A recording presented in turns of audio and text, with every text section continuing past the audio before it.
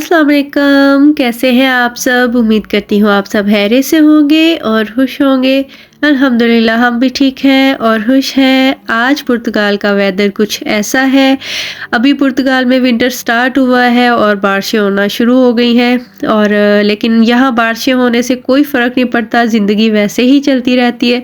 पुर्तगाल का वेदर बहुत अच्छा है, सर्दी भी होती है, गर्मी भी होती है, बहार भी और ख़ज़ां भी, चारों मौसम होते हैं। इसलिए यहाँ का वेदर जो है ना वो लोगों को बहुत ज़्यादा अच्छा लगता है। और अभी टाइम था 8:30 का और अभी मैं ज़ैद को स्कूल छोड़ने जाने लगी थी। लास्ट व्लॉग में मैंने आपके साथ शेयर किया था कि आसिम की नेक पे थोड़ी-सी सर्जरी होनी थी, तो आप सबने बहुत दुआएँ दी, आप सबके प्यार का, दुआओं का बहुत-बहुत शुक्रिया। तो अभी मैंने ज़ैद को स्कूल जब छोड़ा तो फिर मैंने सोचा कि आज टाइम तो ज़ाया हो ही गया है, यूट्यूब का भी कोई काम नहीं हो सकता। तो फिर मैंने सोचा कि यहीं से ना 706 मैंने स्कूल से ही ली और यहाँ पे एक शॉप है पाली बाबा के नाम से। तो यहाँ से सारी सब्जियाँ आपको एक ही जगह से मिल जाती हैं। आप गूगल पे सर्च करेंगे पाली बाबा तो वो आपको शॉप वहीं पे मिल जाती है, आपको एड्रेस भी वहाँ से मिल जाएगा। आप इजीली वहाँ जाके सारी सब्जियाँ एक ही जगह से ले सकते हैं। तो ये मैंने वहाँ से ली थी मूली, तो उन्होंने बोला कि आप खाली मूली नहीं ले सकते, उसके पत्ते भी आपको साथ ही लेने पड़ेंगे। तो खैर मैंने फिर सोचा पत्ते तो वही फेंकने हैं, इनको क्या करना है। तो फिर मैं खैर ले लिए थे, उन्होंने मुझे बोला कि आप साग में डाल लीजिएगा। लेकिन जब मैंने साग देखा तो वो ना बिल्कुल सरसों के साग की स्मेल उसमें से आ रही थी। तो मैंने सोचा ये ना मूली डालूँ तो वो ख़राब हो जाए। तो इसलिए फिर मैंने सोचा इनको तो मैं फेंक ही देती हूँ। तो है जी, यहाँ पे ये जो एक डेली रूटीन में काम शामिल होता है वो ग्रोसरी लाने का। और सब्जियाँ जो है वो बहुत मुश्किल से मिलती हैं यहाँ से, और स्पेशली एशियन जो शॉप है वहीं से हमारी सब्जियाँ मिलती हैं। तो ये शॉप बहुत दूर है हमारे घर से, स्पेशली बहुत दूर है। तो यहाँ पे एक अलग से टाइम निकाल के जाना पड़ता है। तो मेरे जो बड़े भाई हैं उनका बेटा जो माशाल्लाह अभी छोटा है, तो उसकी खाला ने एक दिन पूछा कि फूफो से बात होती है? तो वो कहता है हाँ जी, बस कभी कभार ही होती है, मेरी फूफो तो सुबह नमाज़ पढ़ते ही ना सब्जियां लेने निकल जाती है। तो बस जी बहुत मजाक बना मेरा, लेकिन क्या करें, अब परदेश में ये सारे काम भी खुद ही करने होते हैं, वरना पाकिस्तान में कहाँ हम सब्जियों वाली दुकानों पे मारे मारे फिरते हैं। तो साग आज बहुत अच्छा था वहाँ पे, तो इसलिए मैंने ज़्यादा ले लिया। पालक भी थी और दोनों ही बहुत ज़्यादा फ्रेश थे, तो मैं ये ले आई थी वहाँ से। और वहाँ से मूली भी ना, जो हमारे एशियन जो लोग हैं वो ज़्यादातर मुझे पूछते हैं कि मूली जो पिंगोदोस से मिलती है वो तो नहीं मिलती वहाँ से। पिंगोदोस में ना छोटी छोटी बनाना जितने होते हैं उससे भी छोटी छोटी मोटी मोटी सी मूलियाँ होती हैं, अजीब सी। तो मुझे नहीं लगता उसका टेस्ट अच्छा होता होगा। तो खैर वहाँ से आपको मूली भी जो है ना, जैसे हमारी कंट्रीज़ में मिलती है लंबी वाली, वो मिल जाती है। अदरक, लहसुन, गाजरें, फ्रूट्स भी सभी होते हैं उनके पास। और जो होता है एशियन मसाले, दालें, चने, जो भी हम यूज़ करते हैं वो सब मिल जाता है वहाँ से। और जो यहाँ पे पुर्तगीज़ स्टोर है वहाँ से चनों की दाल और मसूर की दाल मिलती है पुर्तगीज़ स्टोर से। लेकिन चने की दाल नहीं मिलती, काले चने नहीं मिलते, सफ़ेद चने मिल जाते हैं पुर्तगीज़ स्टोर से। तो इसलिए जो एशियन जो चीज़ें हैं ना वो ज़्यादातर जो हैं इसी तरह के देसी स्टोर से मिलती हैं। तो मैं सब्ज़ियाँ वहाँ से सारी इकट्ठी ले आती हूँ, फिर उनको कटिंग वगैरह करके तो फिर रख देती हूँ। इस तरह ये है कि बार बार जो सब्ज़ियाँ लेने जाना वाला काम है ना वो एक ही बार ख़त्म हो जाता है। तो भिंडियाँ यहाँ पे बहुत ही ज़्यादा महंगी है। आज तो ना 8 यूरो की 1 केजी थी। लेकिन मैंने और आसिम ने खानी होती हैं, इसलिए मैं बस थोड़ी सी लेके आती हूँ कि एक वीक में जस्ट एक दफ़ा पक जाए। तो करेले भी आज थे वहाँ पे, लेकिन वो बहुत छोटे छोटे से थे, तो मैंने सोचा इतना टाइम वेस्ट हो जाना है इस पे। तो इसलिए आज मैं नहीं लेके आई थी। आज मैं लेके आई थी साग, और सर्दियों में साग खाने का तो ना और ही मज़ा आता है। और जो देसी लोग हैं उनकी सर्दियाँ तो ना साग के बगैर मुझे लगता है कंप्लीट होती नहीं है। तो गाजरें भी लेके आई थी, मैंने सोचा गाजरों का हलवा बनाएंगे। और ये वाली जो हरी मिर्चें हैं ना, ये कड़वी होती हैं, ये आपको एशियन स्टोर से ही मिलेगी। जो आपको पुर्तगीज़ स्टोर से मिलेंगी वो ऐसी भिंडियों की तरह की मोटी मोटी सारी होती हैं, तो उनका टेस्ट कोई नहीं होता, बस वो पता नहीं अब किस लिए होती है लेकिन उनका कोई टेस्ट नहीं मुझे लगता। और भिंडियाँ भी काफ़ी मोटी-मोटी थी, लेकिन हाँ सी नरम थी। तो मैं ले आती हूँ यहाँ से, वो हमारी कंट्रीज़ की तरह छोटी-छोटी सी नरम-नरम सी नहीं होती। तो फिर मैं इन सारी सब्जियों को ना धो लेती हूँ, जब मैं लेके आती हूँ तभी पहले निकाल लेती हूँ और फिर इनको धो लेती हूँ। भिंडियों और हरी मिर्चों को भी धो दिया था मैंने, और गोभी को मैं काट के ना तो नमक वाले पानी में लाज़मी रखती हूँ, इससे जो इनमें कोई और महलूक होती है ना वो फिर ऊपर आ जाती है तो ये काम आप लाज़मी किया करें कि गोभी को ना नमक वाले पानी में डाला करें, क्योंकि सर्दियों में और बारिशों के मौसम में ना अक्सर अंदर वो कीड़े होते हैं।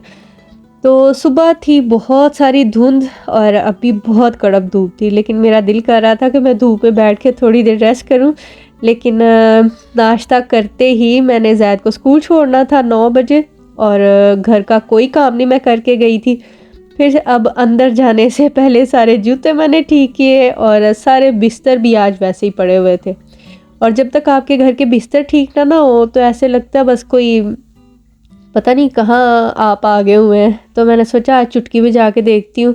चुटकी बजाई तो कुछ वैसे ठीक नहीं हुआ, खुद ब खुद ही कुछ नहीं होता, करना पड़ता है तो लेकिन ना साथ मेरे देन में कभी कभी आता है कि मैं अक्सर ही चुटकी बजाती हूँ, करना खुद ही है लेकिन चुटकी ज़रूर मैं बजाती हूँ। तो मैं सोचती हूँ ये ना हो किसी दिन मैं चुटकी बजाऊँ और सब कुछ हो जाए अपने आप ही, तो कैसा रिएक्शन होगा, शायद मैं दरवाज़ा खोल के बाहर ही भाग जाऊँगी तो खैर सारे बिस्तर वगैरह मैंने ठीक किए, तो आधा घर तो वैसे ही साफ लगने लग जाता है। छोटे छोटे तो घर हैं लिस्बन में, और अल्लाह माफ़ करे आज तो आजकल जो हालात हुए हुए हैं लिस्बन के, स्पेशली घर मिलने वाले, अल्लाह ताला सबके लिए आसानियाँ पैदा करे, सबके वालिदैन को सेहत दे जो अपने बच्चों के लिए इतनी मुश्किलें उठा रहे हैं। अल्लाह ताला सबके बच्चों के लिए आसानियाँ पैदा करे। और जी फिर दोबारा किचन में आ गई थी। जो रोटी बनाने वाले कपड़े होते हैं सबसे पहले मैंने उनको देसकी में डाला, और जो लिक्विड होता है बर्तन धोने वाला वो उसमें डाल के इसको मैं ज़रूर गर्म कर लेती हूँ 1 या 2 दिन के बाद, तो वो बहुत अच्छे से साफ़ हो जाते हैं। फिर मैंने आलू बॉईल कर लिए, और फिर आ गई थी क्लीनिंग की बारी। और यहाँ पे हम घर को अपने धो तो सकते नहीं, तो ये सारे लवाजमात हमें क्लीनिंग के लिए लाने पड़ते हैं। एक ये क्लीनर मिलता है आपको, सारे पुर्तगीज़ स्टोर से मिल जाता है। क्लीनर डालने से ये है कि बहुत अच्छी तरह से आपकी सफाई भी घर की हो जाती है, और ये जो कीड़े वगैरह होते हैं ना, ख़ासतौर पे छोटी छोटी सी मकड़ियाँ होती हैं वो नहीं आती। और ये स्मेल वगैरह के लिए ये एक साथ में और लिक्विड होता है, ये भी डाल लेना तो घर से बड़ी प्यारी सी खुशबू आती है। तो यहाँ पे सिर्फ हमारी बालकनी में ही एक ऐसी पाइप है जहाँ से पानी मतलब धो के तो वहाँ से निकल सकता है, तो लेकिन वो भी ना ही होता तो बेहतर था, क्योंकि बारिश होते ही ना नीचे से पानी ऊपर तक आ जाता है 4th फ्लोर पे, और मुझे तो बहुत ही टेंशन होने लग जाती है। तो खैर धोने वाला तो कोई सिस्टम नहीं, तो इसलिए ये वाले सारे लवाजमात यहाँ पे यूज़ करने पड़ते हैं। और ऐसा है कि अगर ये सारी चीज़ें यहाँ पे यूज़ करना लाजमी है तो ये यहाँ पे एक्सपेंसिव भी नहीं होती। 130 तक इतनी बड़ी बॉटल होती है 5 लीटर की ये क्लीनर की, तो ये इजीली मिल जाती है।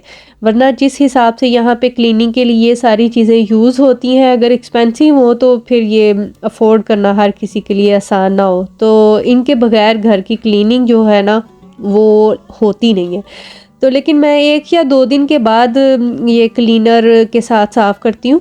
एक दिन तो वैसे ही गुजर जाता है, साफ़ ही रहता है घर, बच्चे तो बेचारे शाम को स्कूल से आते हैं, तो एक दिन वैसे ही गुजर जाता है। एक दिन फिर मैं छोड़ के तो फिर ये डाल लेती हूँ क्लीनर वगैरह, और फिर अच्छे से इसका मोप कर लेती हूँ, तो घर बड़ा साफ़ सुथरा सा, और टाइल्स आपकी ना हमेशा से चमकती हुई रहती हैं। क्लीनिंग वगैरह का काम ख़त्म करके फिर बच्चों के लिए अब कुछ ना कुछ बना के जाना था, तो सोचा मैंने पोटैटो बॉल्स बना लेती हूँ। इसमें जब पोटैटो के अंदर मैंने डाले थे प्याज, हरी मिर्चें, थोड़ा सा मैंने डाला नमक, मिर्च, हरी मिर्चें थी इसलिए मैंने थोड़ी मिर्चें डाली, और साथ में ज़ीरा पाउडर डाला, गरम मसाला डाला, और इनकी इस तरह बॉल्स बना लिए। कुछ मैंने पेस्ट रख दिया बच्चों के समोसे बनाने के लिए लंच के लिए, और कुछ आलू लेके मैंने उसमें थोड़ी सी नमक मिर्च डाली और खट्टा पानी डाला, क्योंकि मेरे पास बिल्कुल टाइम नहीं बचने वाला था। इतनी भागम भाग वाली लाइफ है ना कि खाना खाने का भी टाइम नहीं मिल रहा होता। तो अभी टाइम काफ़ी ज़्यादा हो गया हुआ था, और बच्चों को स्कूल भी लेने जाना था, तो फिर इस तरह मैं ये चटनी भी साथ बना ली, धनिया और पुदीना और हरी मिर्ची थोड़ी सी नमक मिर्च डाल के ना इस चॉपर में बस मैं इसको चॉप करके रख गई थी। तो फिर मैंने सोचा जब वापस आऊँगी ना बच्चों को लेके तो फिर इसमें योगर्ट डाल लूँगी। तो ये बहुत मज़े की बनती है, स्पेशली दोपहर में खाने के साथ ये बहुत मज़े की लगती है। और यहाँ पे धनिया भी एक बहुत नायाब चीज़ है, बहुत संभाल के इसको यूज़ करना पड़ता है क्योंकि काफ़ी दूर से मिलता है, इसलिए इसकी बहुत कदर करनी पड़ती है। तो है थोड़ा सा मैंने उसमें डाला था और थोड़ा सा मैंने इस तरह जो है वो सेव कर लिया था कि थोड़ा थोड़ा खाने में डालती रहूँगी, क्योंकि धनिया अगर खाने के ऊपर ना हो तो ऐसे लगता है धनिया का बगैर खाना ही जो है ना वो अच्छा नहीं बना हुआ। तो जो थे ये बैग्स जिनमें सब्जियां मैं लेके आई थी उनको मैंने धो के डाल दिया था, क्योंकि जब मैं वापस आऊँगी बच्चों को लेके तो मेरे आने तक ये ड्राई हो जाएंगे। और फिर जो सब्जियां हैं ना वो मैं इनमें डाल के कटिंग करके तो मैं फिर उनको फ्रीज़ कर दूँगी। और फिर जी ये मज़ा हो रहा है आलूओं के ऊपर खट्टा पानी डाल के खाना खाने का तो दिल नहीं कर रहा था। तो बस ये इसी के साथ मौजें हो रही थी। और मेरी मामा कहती होती कि तुम्हारी शादी ना वहाँ करेंगे जिनके ना आलूओं के खेत होंगे। तो खैर ऐसा तो कुछ नहीं हो सका, आलूओं के खेत वाले तो नहीं मिले, बस हम परदेस ज़रूर पहुँच गए। तो ये जो पोटैटो बॉल्स थे उनको मैंने कर लिया था बेसन में फ्राई और फिर मैं पहुँच गई थी बच्चों को लेने। और अभी टाइम हो चुका था 3:30 का और ऐसे लग रहा था कि रात हो गई हुई है। तो बस जी यही थी भागम भाग वाली आज की मेरी रूटीन। अगर आपको अच्छी लगी है तो वीडियो को लाइक करें, मेरे चैनल को और वीडियो देखने के लिए सब्सक्राइब करें। अपना और अपनी फैमिली का बहुत सा ख्याल रखें, हमें भी दुआओं में याद रखें। मिलते हैं नेक्स्ट व्लॉग में, तब तक के लिए अल्लाह हाफिज़।